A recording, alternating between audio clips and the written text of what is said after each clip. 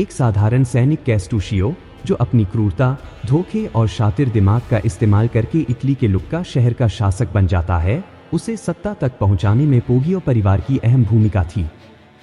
पोगियो परिवार ने हर कदम पर कैस्टूशियो का साथ दिया, लेकिन जैसे ही कैस्टूशियो शासक बना, उसने अपने स्वार्थ और अहंकार के चलते पोगियो परिवार के योगदान को भुला दिया और उन्हें किनारे कर दिया। यह घटना पोगियो परिवार के लिए एक मान से कम नहीं थी। गुस्से और बदले की भावना से भरकर उन्होंने कैस्टूशियो को सबक सिखाने की ठान ली। एक दिन जब कैस्टूशियो लुक्का से बाहर था, पोगियो परिवार ने मौके का फायदा उठाकर उसके गवर्नर की हत्या कर दी। लेकिन उनकी यह हरकत एक बड़ा संकट लेकर आई।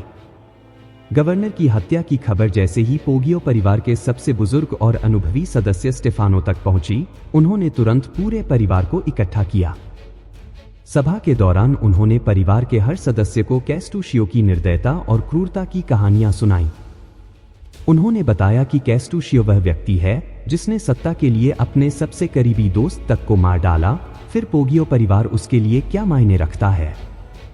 स्टेफानो ने चेतावनी देते हुए कहा, जिस दिन कैस्टूशियो लुक्का लौटेगा, वही दिन तुम सबकी जिंदगी का आखिरी दिन होगा। उनकी बातों ने सभा में मौजूद हर शख्स को भयभीत कर दिया। सबके चेहरों पर डर साफ झलक रहा था। हर कोई अपनी जान बचाने की तरकीब पूछने लगा। स्टेफानो ने कुछ देर तक गहरी सोच में डूबने के बाद एक योजना बनाई। यह योजना इतनी गुप्त और जटिल थी कि उसे अमल में लाना बेहद कठिन था, लेकिन यही उनकी आखिरी उम्मीद भी थी। योजना सुनते ही परिवार के सभी सदस्य उसकी सफलता के लिए प्रार्थना करने लगे, क्योंकि असफलता का मतलब था मौत। अब देखने वाली बात यह है कि स्टेफानो का यह प्लान उन्हें कैस्टूशियो के कहर से बचा पाता है या नहीं। क्या पोगियो परिवार अपनी जान बचाने में सफल होगा या फिर कैस्टूशियो की क्रूरता का शिकार बन जाएगा? यह कहानी न केवल सत्ता और धोखे की है, बल्कि यह भी बताती है कि जब क्रूरता और चालाकी मिलती हैं, तो उनके सामने खड़ा होना आसान नहीं होता।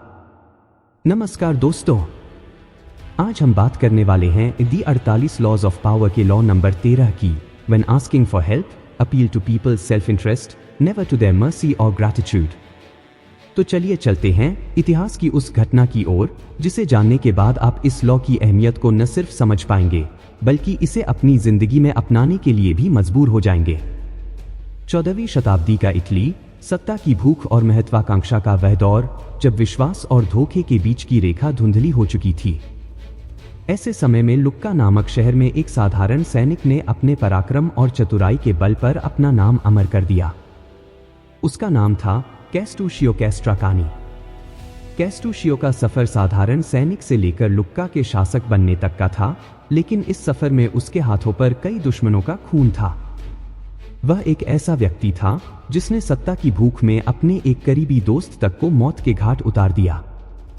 उसे सत्ता तक पहुंचाने में पोगियो परिवार ने अहम भूमिका निभाई थी।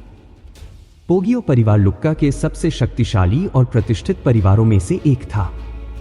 उन्होंने अपनी शक्ति, संपत्ति और राजनीतिक पकड़ से कैस्टूशियो का समर्थन किया और उसे उस मुकाम तक पहुंचाया जहां वह आज था। परंतु सत्ता का खेल ऐसा होता है कि इसमें रिश्ते और एहसान बहुत जल्दी भूले जाते हैं। कैस्टूशियो ने पोगियो परिवार को नजरअंदाज करना शुरू कर दिया। उनके योगदान की ओर उसकी आंखें बंद थीं। साल था 1325। उस समय कैस्टूशियो अपने सबसे बड़े प्रतिद्वंदी फ्लोरेंस से युद्ध लड़ने के लिए लुक्का से बाहर गया हुआ था। उसकी अनुपस्थिति में पोगियो परिवार के भीतर असंतोष की लहर तेज हो गई। पोगियो परिवार के युवा सदस्य, जो सत्ता के भूखे और महत्वाकांक्षी थे, इस बात से गुस्से में थे कि कैस्टूशियो ने उनका इस्तेमाल किया और फिर उन्हें किनारे कर दिया। उन्होंने सोचा, जिस व्यक्ति को हमने शासक बनाया, आज वही हमारे योगदान को भूल गया है। इस गुस्से में पोगियो परिवार ने लुक्का के अन्य शक्तिशाली परिवारों को अपने साथ मिलाकर एक साजिश रचनी शुरू की। उनकी योजना थी कैस्टूशियो द्वारा नियुक्त गवर्नर को मार डालना और विद्रोह के जरिए पूरे शहर पर कब्जा कर लेना।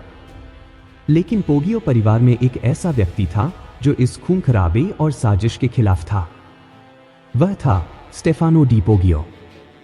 स्टेफानो परिवार का सबसे बुजुर्ग और अनुभवी सदस्य था। उसने अपने जीवन में कई लड़ाइयां देखी थीं और वह जानता था कि इस तरह के विद्रोह का परिणाम केवल विनाश होगा। लेकिन परिवार के बाकी सदस्य स्टेफानो की बात नहीं माने और कैस्टूशियो के गवर्नर को मार डाला। जब पोगियो परिवार ने गवर्नर की हत्या कर दी तो लुक्का में विद्रोह की आग भड़क उठी। शहर के लोग दो गुटों में बंट गए, कैस्टूशियो समर्थक और पोगियो समर्थक। दोनों पक्ष लड़ाई के लिए तैयार थे। यही वह समय था जब स्टेफानो ने हस्तक्षेप किया। उसने अपने परिवार और शहर के अन्य लोगों को समझाया, यह खून खराबा केवल विनाश लाएगा। हमें इस समस्या का शांतिपूर्ण समाधान खोजना होगा। स्टेफानो ने हालात को शांत करने की कोशिश की और वह इसमें सफल भी हो गया। परंतु उसे अब भी इस बात की चिंता सता रही थी कि जब कैस्टूशियो को उसके गवर्नर की हत्या के बारे में पता चलेगा तो उसके परिवार का क्या होगा। वह जानता था कि कैस्टूशियो कितना निर्दय और क्रूर है। फिर उसने अपने परिवार को बचाने के लिए एक प्लान बनाया।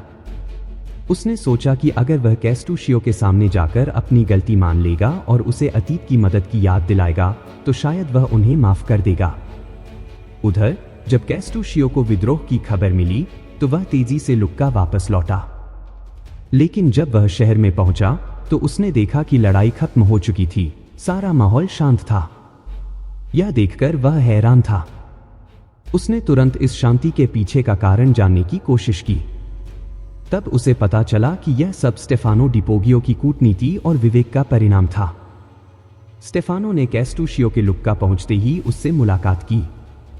वह शांत और विनम्र स्वर में बोला, महाराज, मेरे परिवार के युवा सदस्य जल्दबाजी और अनुभवहीनता में बहक गए थे। उन्होंने जो किया वह गलत था, लेकिन मैं आपसे निवेदन करता हूं कि उन्हें माफ कर दें। स्टेफानो ने अपनी बात को मजबूती से रखते हुए कैस्टूशियो को याद दिलाया, हमारे परिवार ने हमेशा आपका समर्थन किया है। अगर हमने अतीत में आपकी मदद न की होती तो आप आज यहां नहीं होते। कैस्टूशियो ने स्टेफानो की बातें बड़े धैर्य और गंभीरता से सुनी। उसने कोई गुस्सा जाहिर नहीं किया, बल्कि शांत स्वर में कहा, आपने शांति बहाल करने के लिए जो प्रयास किए उसके लिए मैं आपका आभारी हूं। मैं चाहता हूं कि आप और आपका परिवार महल में आएं ताकि हम इस मामले को अच्छे से सुलझा सकें। स्टेफानो को लगा कि उसकी कूटनीति ने काम कर दिया है। उसने अपने परिवार को भरोसा दिलाया कि कैस्टूशियो उन्हें माफ कर देगा। उस शाम पोगियो परिवार के सभी सदस्य महल पहुंचे। लेकिन जैसे ही वे महल में दाखिल हुए, कैस्टूशियो ने अपने सैनिकों को आदेश दिया, इन सबको कैद कर लो। कुछ दिनों बाद पूरे पोगियो परिवार को मौत के घाट उतार दिया गया। यहां तक कि शांतिप्रिय और अनुभवी स्टेफानो डी पोगियो भी इस क्रूरता से नहीं बच सका। दोस्तों, आपके हिसाब से स्टेफानो ने ऐसी क्या गलती कर दी जिसके कारण वह अपनी और अपने परिवार की जान से हाथ धो बैठा? मेरे हिसाब से स्टेफानो की गलती यह थी कि उसने कैस्टूशियो को उसके शासक बनने में पोगियो परिवार के योगदान को याद दिलाकर यह महसूस करा दिया कि उसकी सफलता का कारण पोगियो परिवार है, उसकी खुद की वीरता, साहस या रणनीतियां नहीं। क्या उसके पास कुछ और विकल्प या तरीके थे जिनका अगर वह सही से इस्तेमाल करता तो वह सब कुछ ठीक कर सकता था? चलिए इसको समझते हैं। स्टेफानो डी पोगियो को अच्छे से पता था कि कैस्टूशियो नाम का व्यक्ति अपनी ताकत और चालाकी के दम पर सत्ता में आया था। यह कोई साधारण इंसान नहीं था। यह वही व्यक्ति था जिसने अपने सबसे करीबी और वफादार दोस्त को मौत के घाट उतार दिया था। और जब किसी ने उससे कहा कि अपने पुराने दोस्त को मारना बहुत बड़ी गलती थी, तो कैस्टूशियो ने ठंडे स्वर में जवाब दिया, मैंने एक पुराने दोस्त को नहीं बल्कि एक नए दुश्मन को खत्म किया है। कैस्टूशियो जैसे लोग केवल ताकत और स्वार्थ की भाषा समझते हैं। उनके लिए दया और रिश्तों का कोई महत्व नहीं होता। स्टेफानो के परिवार ने विद्रोह किया, लेकिन जैसे ही विद्रोह कमजोर पड़ा, उसने सबसे बड़ी गलती कर दी, उसने खुद को कैस्टूशियो की दया पर छोड़ दिया। यह ठीक वैसा था जैसे किसी शिकारी के सामने हिरण खुद को समर्पित कर दे। लेकिन स्टेफानो के पास अब भी कुछ विकल्प थे। वह कैस्टूशियो को अपने पक्ष में करने के लिए धन का प्रस्ताव दे सकता था। वह भविष्य में उसके लिए काम करने की वफादारी का वादा कर सकता था। वह यह साबित कर सकता था कि उसके परिवार की ताकत और प्रभाव कैस्टूशियो की शक्ति को और बढ़ा सकते हैं, जैसे रोम के प्रभावशाली परिवारों से उसके संबंध और वह प्रतिष्ठित विवाह जो वह कैस्टूशियो के लिए संभव कर सकता था। लेकिन स्टेफानो ने ऐसा कुछ भी नहीं किया। उसने अतीत का सहारा लिया और कैस्टूशियो से पुराने संबंधों और एहसानों की दुहाई दी। उसने उन कर्ज और फर्ज की बात की जिनका अब कोई मूल्य नहीं था। स्टेफानो यह भूल गया कि इंसान आभारी होने के लिए बाध्य नहीं होता, बल्कि कई बार कृतज्ञता एक ऐसा बोझ बन जाती है जिससे लोग खुद को मुक्त करना चाहते हैं। कैस्टूशियो ने भी यही किया। उसने स्टेफानो और उसके पूरे परिवार को खत्म कर दिया। ऐसा करके उसने न केवल अपने पुराने कर्ज से छुटकारा पाया, बल्कि अपनी ताकत को और भी मजबूत कर लिया। यह कहानी हमें एक कड़वी सच्चाई सिखाती है, दुनिया में हर कोई आपके एहसानों का बदला चुकाने के लिए तैयार नहीं होता, खास तौर पर वे लोग जो स्वार्थ और सत्ता की भाषा बोलते हैं। उनके सामने पुराने रिश्तों या न्याय की दुहाई देना आपकी सबसे बड़ी कमजोरी बन सकती है। कैस्टूशियो ने साबित कर दिया कि ताकत और स्वार्थ के आगे दया और कृतज्ञता का कोई स्थान नहीं होता। स्टेफानो की कहानी हमें यह सिखाती है कि भावनाओं की दुहाई देकर हर लड़ाई नहीं जीती जा सकती। आपको यह समझना होगा कि आपके सामने कौन है और वह किस भाषा में बात समझता है। कभी कभी समझदारी ताकत से भी बड़ा हथियार बन जाती है। दोस्तों, महत्वाकांक्षी और चतुर लोगों के साथ डील करते समय कभी भी उनकी मुस्कान के पीछे छिपे इरादों को नजरअंदाज नहीं करना चाहिए। हम सब जानते हैं कि कृतज्ञता और दया जैसी भावनाएं कितनी महत्वपूर्ण हैं, लेकिन इनका सही उपयोग करना उससे भी ज्यादा जरूरी है। स्टेफानो डी पोगियो ने यह गलती की कि उन्होंने अपनी भावनाओं को अपनी ताकत बना लेने के बजाय उन्हें अपनी कमजोरी बना लिया। उन्होंने सोचा कि पुराने रिश्ते, न्याय और कृतज्ञता का तर्क कैस्टूशियो जैसे निर्दय इंसान के दिल को बदल देगा, लेकिन ऐसा नहीं हुआ। दुनिया की सच्चाई यही है कि हर इंसान आपकी भलाई की कद्र नहीं करेगा। कुछ लोग केवल ताकत और स्वार्थ की भाषा समझते हैं। ऐसे लोगों के सामने भावनाओं के बजाय अपनी बुद्धिमत्ता और दूरदृष्टि का इस्तेमाल करें। हर व्यक्ति एक जैसा नहीं होता। हमेशा यह समझने की कोशिश करें कि आप किसके साथ डील कर रहे हैं। अगर सामने वाला इंसान कृतज्ञता और न्याय को महत्व देता है, तो आपकी भलाई का फल आपको जरूर मिलेगा। भावनाएं हमारी सबसे बड़ी ताकत हो सकती हैं, लेकिन जब उन्हें सही दिशा में इस्तेमाल न किया जाए, तो यही हमारी सबसे बड़ी कमजोरी बन जाती है। यही है द 48 लॉज ऑफ पावर का लॉ 13। यह हमें मुख्य रूप से 3 सबक देता है। 1, हर किसी से दया, कृतज्ञता या न्याय की उम्मीद न करें। केवल उन लोगों पर भरोसा करें जो इन मूल्यों को समझते हैं। 2, अतीत के योगदान गिनाने के बजाय भविष्य के अवसरों पर चर्चा करें। यह आपकी स्थिति को मजबूत बनाएगा।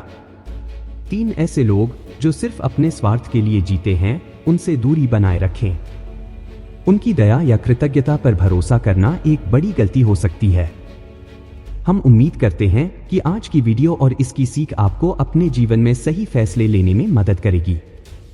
अगर यह वीडियो आपको पसंद आया तो इसे लाइक करें, अपने दोस्तों और परिवार के साथ शेयर करें और हमारे चैनल को सब्सक्राइब करना न भूलें।